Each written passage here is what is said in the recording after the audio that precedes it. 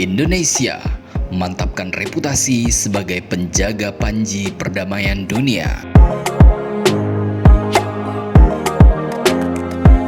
Indonesia sudah sangat dikenal reputasinya di dunia internasional sebagai salah satu negara yang paling aktif dalam menjaga perdamaian dunia.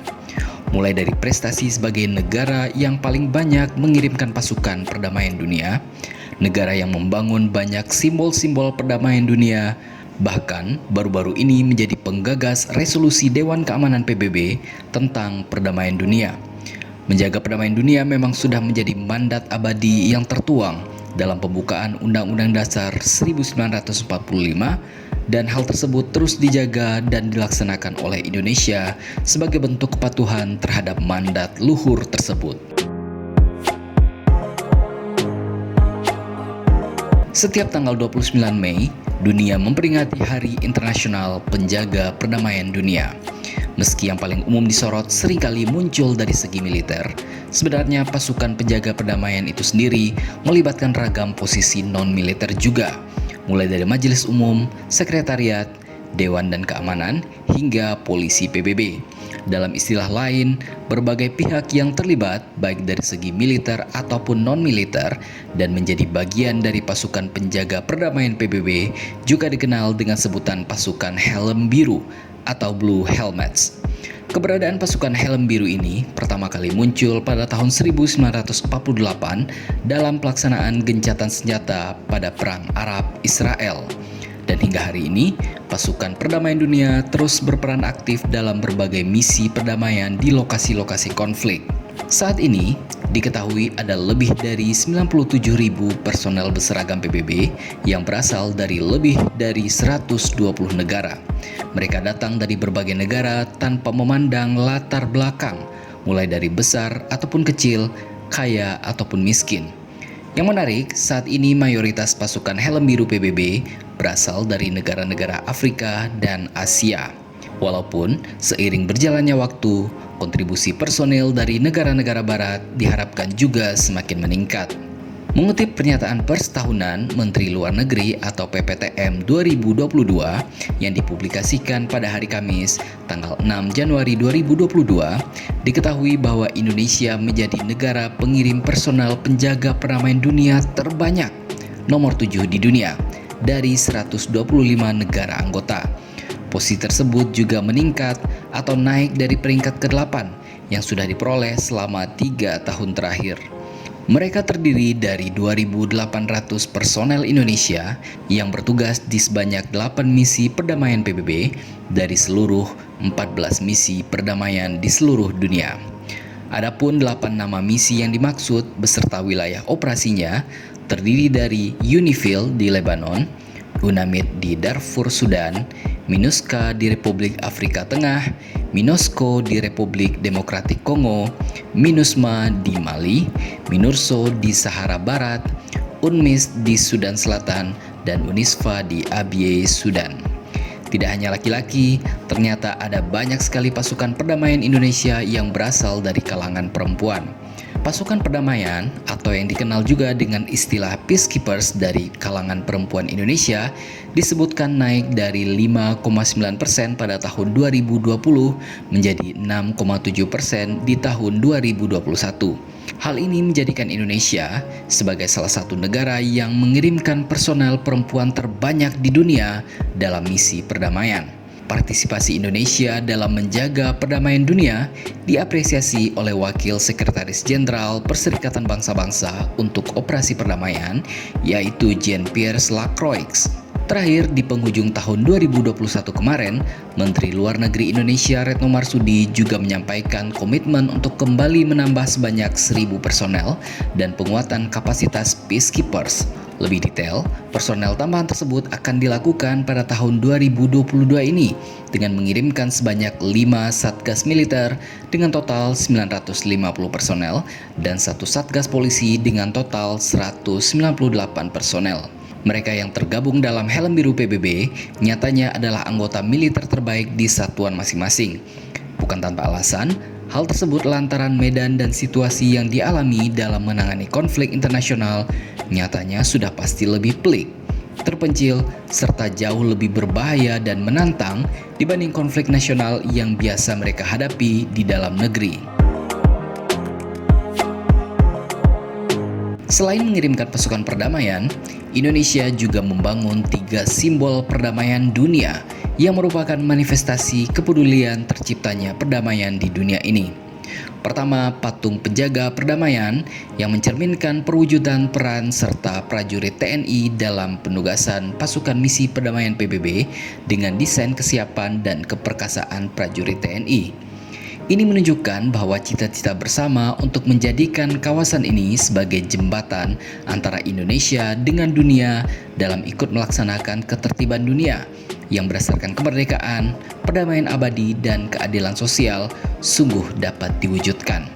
Begitu yang disampaikan oleh Presiden SBY menyampaikan apresiasinya atas pembangunan yang telah dilakukan di IPSC. Simbol yang kedua yaitu Menara Bendera Merah Putih yang merupakan menara bendera tertinggi di Indonesia dan tertinggi ketiga di dunia. Menara ini merupakan rancang bangun dari putra Indonesia dengan konsep dasar berbentuk bambu runcing. Sedangkan simbol yang ketiga yaitu Gong Perdamaian Dunia yang dibuat berstandar internasional dengan berat 250 kg dan diameter sepanjang 2 meter. Dibuat di Jepara yang terbuat dari logam kuningan berlapis emas 18 karat. Kawasan ini menjadi pusat pendidikan, pelatihan, dan kerjasama baik secara regional maupun internasional di bidang perdamaian dan keamanan internasional. Reputasi Indonesia sebagai penjaga perdamaian dunia tidak berhenti sampai di situ. Sebagai anggota tidak tetap Dewan Keamanan PBB di bawah Presidensi Indonesia pada 28 Agustus 2020, Dewan Keamanan PBB berhasil mengesahkan secara konsensus Resolusi 2538 tahun 2020 mengenai personel perempuan dalam misi pemeliharaan perdamaian PBB. Resolusi ini merupakan kontribusi nyata Indonesia dalam diplomasi perdamaian dan Resolusi 2538 2020 ini merupakan resolusi pertama dalam sejarah diplomasi Indonesia di Dewan Keamanan PBB.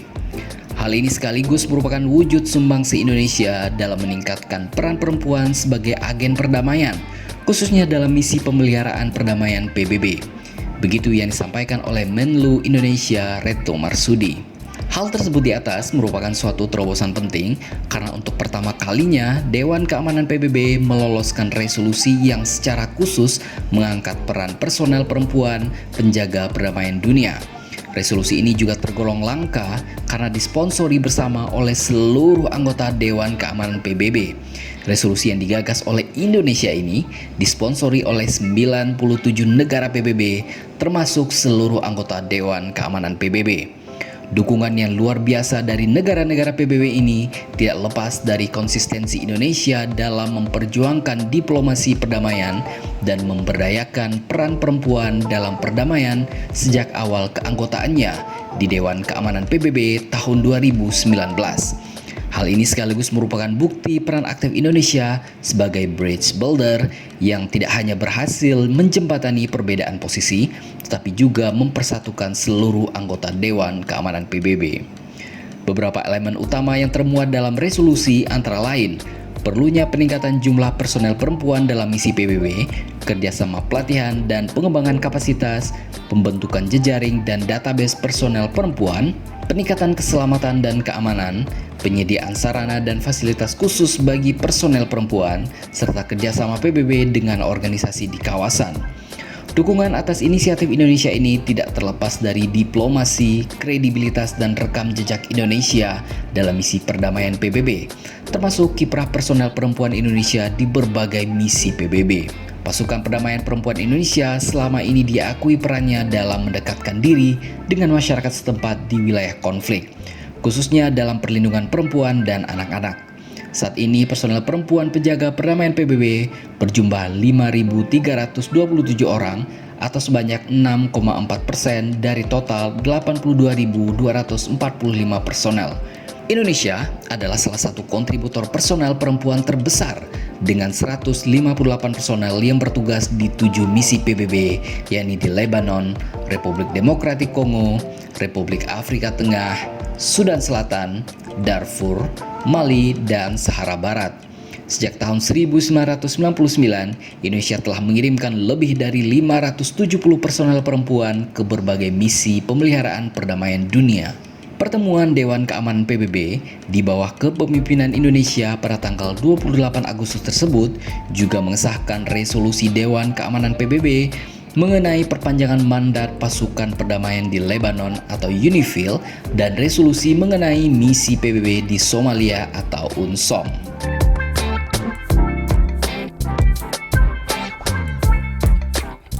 Dari berita tersebut, dapat kita tarik kesimpulan bahwa dalam kancah internasional memang Indonesia dikenal sebagai bangsa yang paling netral dan berusaha seminimal mungkin mengalami gesekan dengan bangsa manapun. Bahkan Indonesia seringkali menjadi penengah sehingga bangsa-bangsa yang tengah bertikai bisa kembali damai dan hidup tenang seperti sedia kala. Sehingga tidak salah jika Indonesia dinobatkan sebagai pemimpin perdamaian dunia. Apakah Anda setuju?